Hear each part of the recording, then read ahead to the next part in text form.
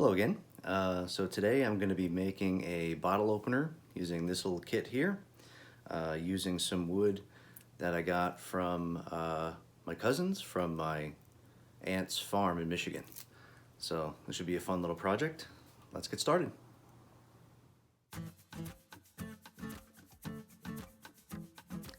So the first step here is always going to be to get this thing down to round. I'm going to be using a spindle roughing gouge here. It's just a blunt nosed gouge used for stripping away a lot of material at once. You're gonna have to go start slow and then work your way down. Stop occasionally to see how you're doing.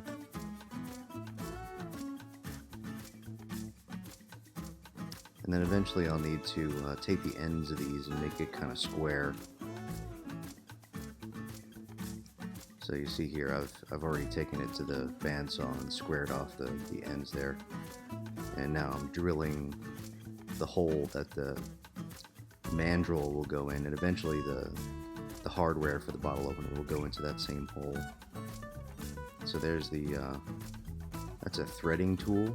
So I just kind of wiggle it back and forth, and it makes the threads that you screw the hardware into. That's the mandrel. That's just for the purposes of turning. We'll take that out before the end, but this lets you hold it in place, have a nice secure thing for your chuck jaws to grab onto while you're turning. So now I've put the tailstock up on there with my cone center, and now we can turn the speed way up high. I think I have it up to like 1500 RPM, and as you can see, I'm doing the shaping.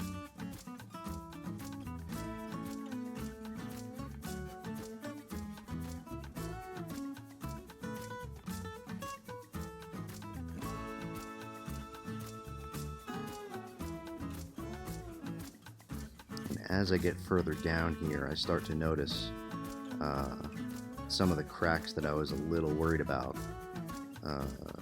are in fact going to be a problem. You can see it right there.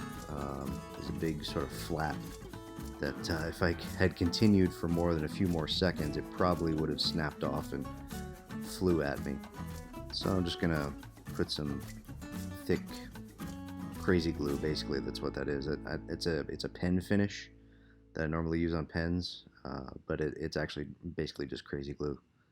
And I'm gonna hold that in place with some tape for a few minutes so it can cure and just hold everything in place. It ended up working pretty well, and it's clear. It dries clear, so you hardly even notice. It kind of just gives it character.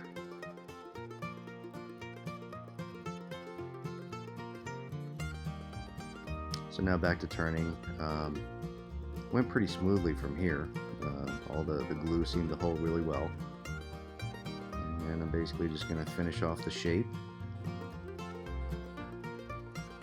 Same general shape I use on most of the bottle openers.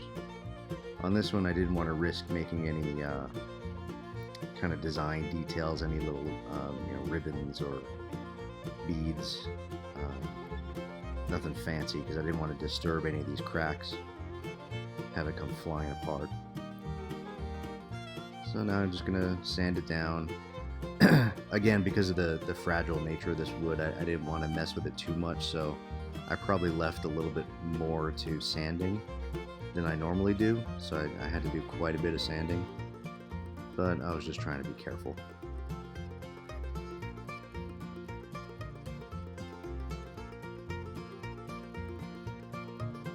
Now I'm just working down the grits. This is the 150, and I take it all the way down to 400 grit.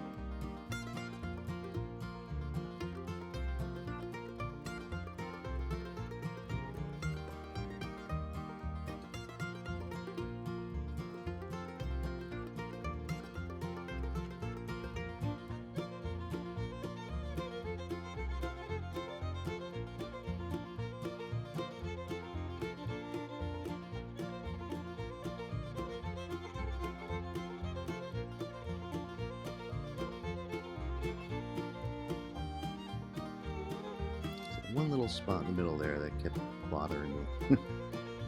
Alright, now it's time to cut off that little nub on the end and just sand and finish the end.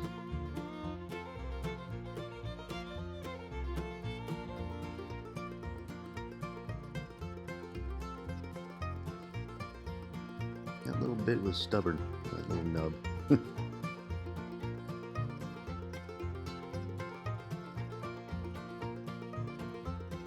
So now this is where I'm putting some, I wiped it down with a wet cloth, just water, let it dry for a little bit, cleaned up my work area, and then now it's time to add some oil. So I use tung oil. I like the color it has. It has a kind of a nice golden color, but it's clear enough that it really just accentuates and brings out the natural color in the wood. And that's definitely the case with this lilac wood because it's got that beautiful purple.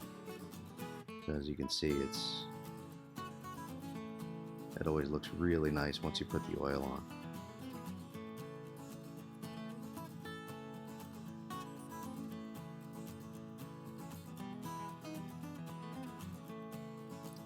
And that's it. From there, we just put on the hardware, as you can see, and that's how it turns out. I put some lacquer on it, and now it's good to go. That's all I've got for now. Thanks for watching.